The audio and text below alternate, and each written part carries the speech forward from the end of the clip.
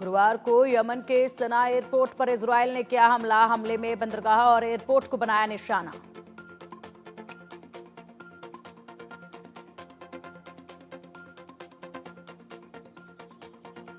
जिस समय सना एयरपोर्ट पर हमला किया गया उस दौरान वहां डब्ल्यूएचओ चीफ भी मौजूद थे। इस हमले में वे बाल बाल बचे।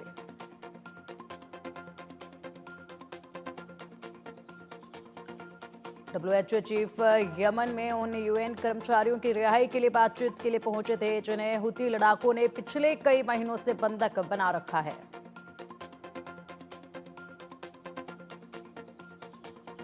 डब्ल्यूएचओ चीफ ने खुद हमले की जानकारी देते हुए कहा कि जब वे फ्लाइट में सवार होने वाले थे तभी हवाई हमला हुआ जिसमें एयरपोर्ट में मौजूद 2 लोगों की मौत हो गई। एयरपोर्ट के मरम्मत तक उन्हें यमन में ही रुकना पड़ेगा।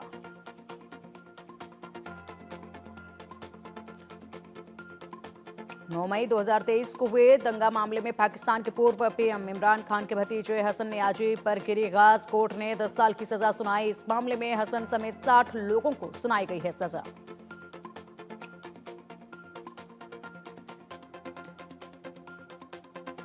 अगले साल बांग्लादेश का दौरा करेंगे एलन मस्क। अगले साल स्थानीय और विदेशी निवेशकों को लुभाने के लिए अप्रैल के मध्य में इंटरनेशनल इन्वेस्टमेंट कॉन्फ्रेंस का आयोजन करने जा रही है बांग्लादेश सरकार।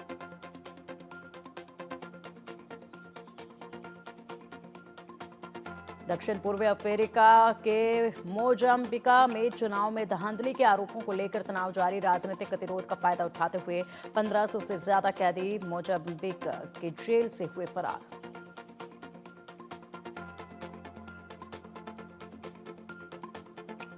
बराक ओबामा की किताब अ प्रीमियम लैंड में भारत के पूर्व प्रधानमंत्री मनमोहन सिंह का जिक्र। ओबामा ने कहा था, जब मनमोहन सिंह बोलते हैं तब पूरी दुनिया सुनती है।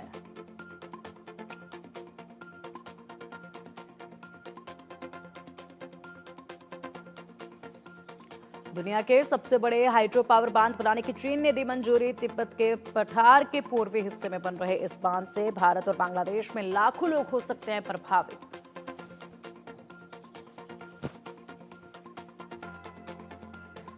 दुनिया के सबसे बुजुर्ग मगरमच्छ हेनरी ने मनाया अपना 124वां जन्मदिन। 1900 में पैदा हुआ था हेनरी, ऐसे में उसने अपना 124वां जन्मदिन मनाया।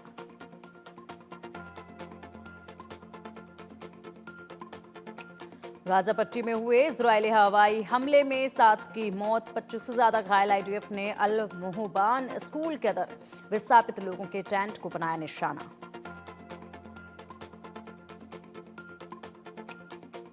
सिविल डिफेंस की टीमों ने अल मुहबान स्कूल से करीब 7 शव और 25 घायल लोगों को निकाला। घायलों को स्थानीय अस्पताल में भर्ती कराया गया।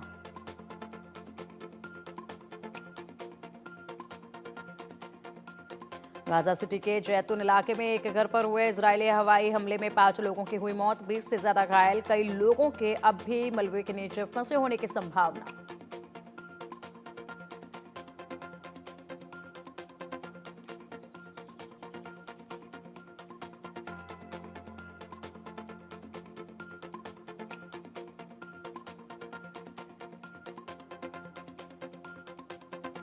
यूक्रेन से युद्ध विराम पर बोले रूसी विदेश मंत्री लावरोव, कमजोर समझौते के साथ युद्ध विराम का कोई मतलब नहीं। स्थायी शांति के लिए कानूनी रूप से बाध्यकारी समझौता बनाए जाने की जरूरत है।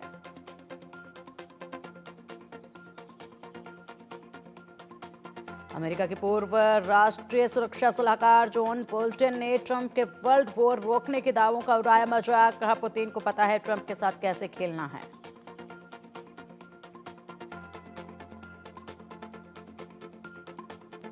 सीरिया के पूर्व राष्ट्रपति बशर अल असद की पत्नी अशमा अल असद ब्लड कैंसर यानी ल्यूकीमिया से पीड़ित। डॉक्टरों ने उनके बचने की संभावना सिर्फ 50% बताई।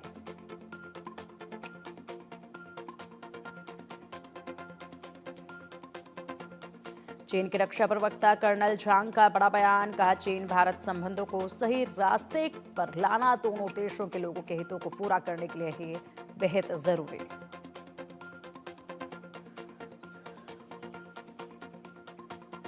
लाल सागर में हुती के खिलाफ इजरायल ने शुरू किया हमला। यमन में हुती विद्रोहियों से जुड़े कई ठिकानों पर किया एयर स्ट्राइक। हमले में 2 लोगों की मौत। एयरपोर्ट का कंट्रोल टावर ध्वस्त, कई नागरिक विमान भी क्षतिग्रस्त हुए।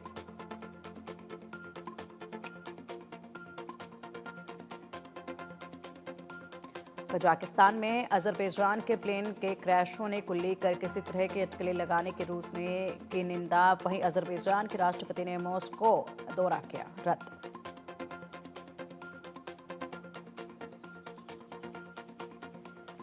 पुलवामा समेत भारत में कई आतंकी हमलों को अंजाम दे चुका मसूद अजहर को आया हार्ट अटैक। जब हार्ट अटैक आया तो वो अफगानिस्तान में था, बाद में उसे पाकिस्तान के एक मिलिट्री हॉस्पिटल में कराया गया भर्ती।